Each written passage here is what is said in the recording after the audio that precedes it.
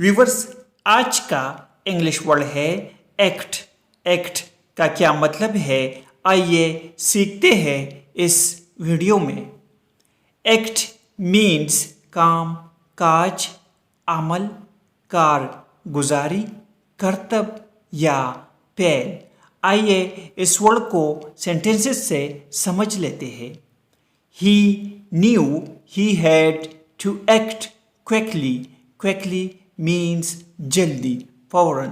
वो जानता था कि उसे जल्दी से काम करना है। The government was slow to act.